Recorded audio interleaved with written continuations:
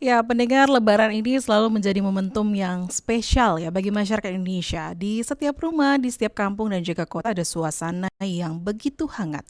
Keluarga berkumpul, anak-anak juga saling bermain dan juga ada kue Lebaran, suara takbir dan sebagainya. Nah, dari berbagai tradisi ini muncul pertanyaan yang selalu menarik untuk digali ya, bagaimana tradisi Lebaran ini terbentuk dan apa maknanya di masyarakat. Dan saat ini saya sudah tersambung bersama dengan Ketua Umum Keluarga Alumni Sejarah Universitas Gadjah Mada atau Kasagama Wahyudi Jaya. Selamat siang Pak Wahyudi. Selamat Selamat siang Mbak Safira. Lebaran. Mohon J. maaf lahir batin. Lahir batin juga, J. Oke, Pak Wahyudi, ini kita bicara soal tradisi Lebaran yang hari ini juga dirayakan oleh umat Muslim di dunia. Bagaimana Anda melihat makna utama dari tradisi Lebaran ini dalam kehidupan masyarakat Indonesia khususnya ya? Ya, jadi kalau kita melihat tradisi Lebaran ini merupakan momentum yang penting untuk memersatukan kembali ikatan-ikatan darah, Ya. sosial, bahkan kekuasaan, Mbak. Jadi momentum ini penting untuk merefresh semangat perjuangan hidup dengan berbasis kearifan lokal, terutama agama Islam gitu ya. Hmm. Dan itu kemudian melibatkan semua elemen masyarakat. Oke. Makanya kenapa setiap Lebaran seperti negara ini punya hajatan gitu yang besar. Gitu. Kira-kira begitu Mbak Safira. Oke, baik. Nah, kalau di Jogja sendiri ada suasana khusus ataupun tradisi khusus yang dilakukan, Pak? Silakan. Ya, ya. Kalau di Jogja ada dua level ya. Di Ya. level masyarakat itu mengenal tradisi Lebaran ketupat Mhm. dengan ditandai membuat ketupat sama tradisi ujung. Ujung itu artinya bergerak dari satu rumah ke rumah lain minta maaf pada sanak saudara. Oke. Sementara di keraton itu ada hajat dalem garebeg sawal gitu ya. Mhm. Itu artinya hajat yang diselenggarakan oleh keraton dan itu mempertemukan antara penguasa, masyarakat, kemudian pada agama. Ya. Ini menjadi titik penting yang penting untuk dimaknai, Mbak. Oke. Ya. Baik. Tapi bisa diceritakan juga mungkin ya, Pak, sejarahnya sampai adanya tradisi-tradisi tadi, mungkin secara singkat saja. Ya. Jadi tradisi itu memang berakar pada sejarah Mataram Islam gitu ya, Mhm. yang berakar pada tradisi Demak.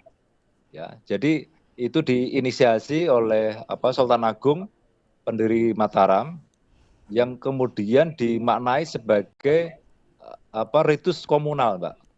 Baik. Jadi kalau puasa itu ritus individual, kalau grebek ini ritus komunal. Orang melihatnya seperti chaos, tapi itu sebetulnya pertemuan bersama gitu ya. Jadi merayakan Oke. kegembiraan untuk bersama-sama antara penguasa, kemudian pemimpin agama dan masyarakat bertemu dalam suatu momentum gitu, Mbak. Oke, Ya, seperti tradisi grebek sawal gitu ya Pak mungkin kalau saya iya ini. betul, iya. Oke. Nah itu maknanya apa tuh Pak untuk tradisi itu? Jadi grebek sawal itu adalah representasi dari kemakmuran Ya. dari Mataram. Jadi Oh ya. raja itu mengeluarkan 7 gunungan yang 5 diantaranya didistribusikan kepada masyarakat Mhm. melalui prosesi dari keraton, kemudian diarah oleh pasukan bergodo ke depan Masjid Gede Kauman. Hmm. Nah, setelah didoakan kemudian masyarakat sudah menunggu dari pagi, dilaksanakan kemarin Ya. hari Jumat kemarin pagi, dan Oke. itu ribuan orang datang untuk memperebutkan dan masing-masing berhak memaknai apa yang mereka dapat, Mbak.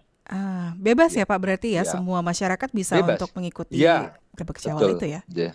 Nah ada tradisi apa lagi Pak selain grebek syawal di Jogja? Kemudian kalau yang hari ini itu saya melihat ada beberapa trah ya yang mencoba mengumpulkan kembali sanak saudara yang berada di luar kota Ya. untuk bertemu meneguhkan kembali ikatan batin mereka gitu ya. Ya, Oke. ya.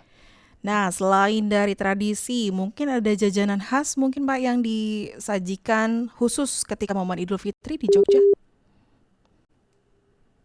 Halo, Pak Wahyudi, masih bisa Halo, mendengar? Ji, siap. Ya, baik, kami Masih, lanjutkan. ya. Ya, terkait dengan tradisi kan tadi sudah. Kemudian bagaimana dengan jajanan khas di Jogja yang mungkin hanya ada pada saat perayaan Idul Fitri ataupun momen Lebaran seperti sekarang? Ya, kalau yang khas Lebaran tentu opor dan kupat, Mbak. Itu Oke. memang sajian kuliner yang sudah melegenda gitu ya. Mhm. Kalau di kota gede mungkin ada kembang waru namanya, yang itu menjadi pelengkap dari gerbek ini kan gitu. Ya. Ya, ya. Oke. Tapi Pak Wahyudi, ada tidak ya perubahan tradisi Lebaran di Jogja dari masa ke masa? Kalaupun ada, apa yang mempengaruhi?